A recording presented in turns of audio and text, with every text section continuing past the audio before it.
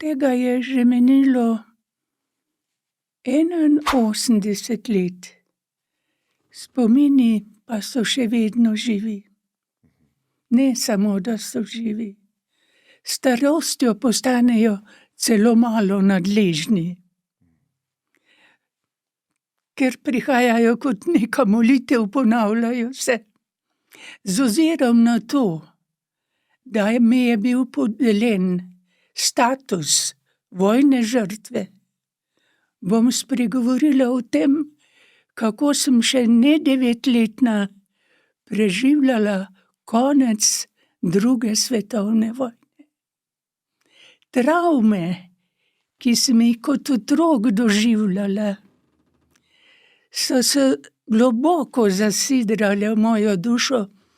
Travme so postale nekaj, bi rekla, nekaj telesno slabega. Nekaj, kar ni več izginilo.